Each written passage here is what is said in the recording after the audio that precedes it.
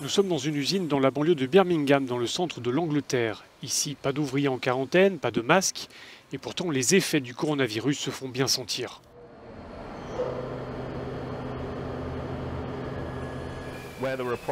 S'il y a des problèmes à l'autre bout du monde, cela a un impact sur notre activité quotidienne.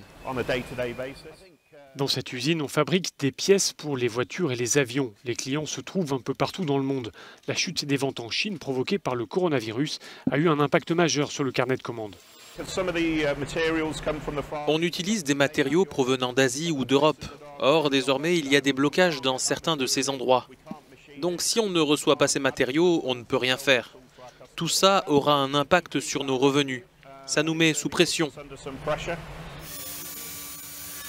Parmi les clients de cette société, il y a le constructeur Jaguar qui a récemment annoncé une réduction de sa production. Les effets se font sentir dans toute la chaîne d'approvisionnement.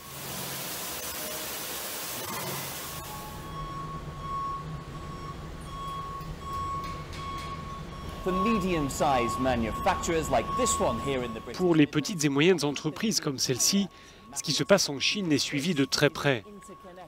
La fabrication des voitures et des avions étant aujourd'hui mondialisée, chaque maillon de la chaîne est important. L'an dernier, je parlais d'un avis de tempête. Eh bien là, le coronavirus, c'est la suite logique. Et cela crée encore plus d'incertitudes pour les sous-traitants.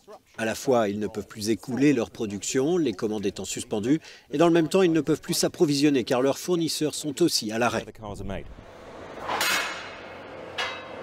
Nous sommes ici dans un des sites d'une société sidérurgique galloise. Cette société dépend en grande partie de la Chine pour s'approvisionner en acier.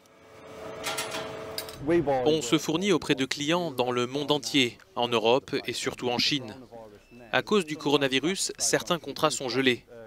En gros, c'est la moitié des contrats, voire les 3/4. Combien de temps cette paralysie va-t-elle durer? Tout dépend évidemment de la capacité des pays à contenir l'épidémie de coronavirus. En attendant, plusieurs gouvernements ont adopté des mesures de soutien pour les entreprises.